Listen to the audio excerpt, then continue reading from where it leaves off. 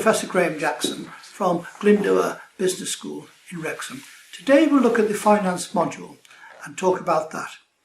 So we will learn about the company's financial statements and how these are used by external and internal users, including accountants, investors, creditors, customers and, of course, executives.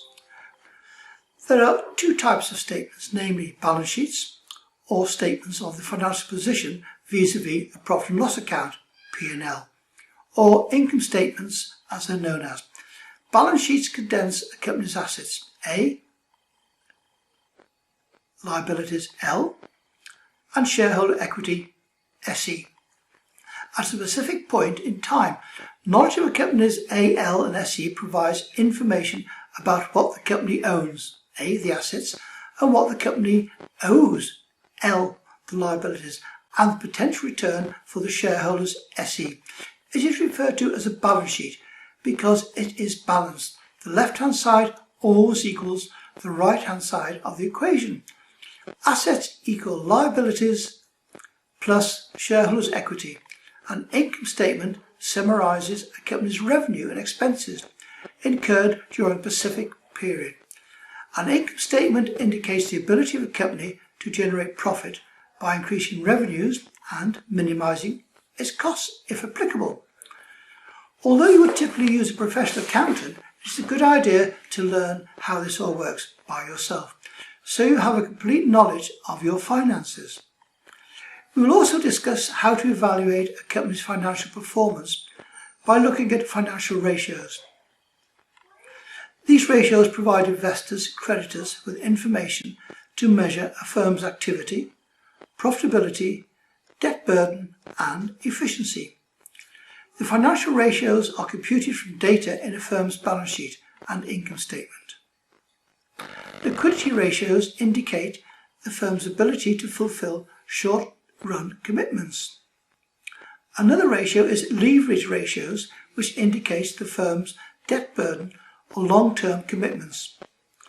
Then there are activity ratios, which indicate how effectively a firm uses its assets. Then finally we come on to profitability ratios, which will indicate the net returns on sales and assets for the company.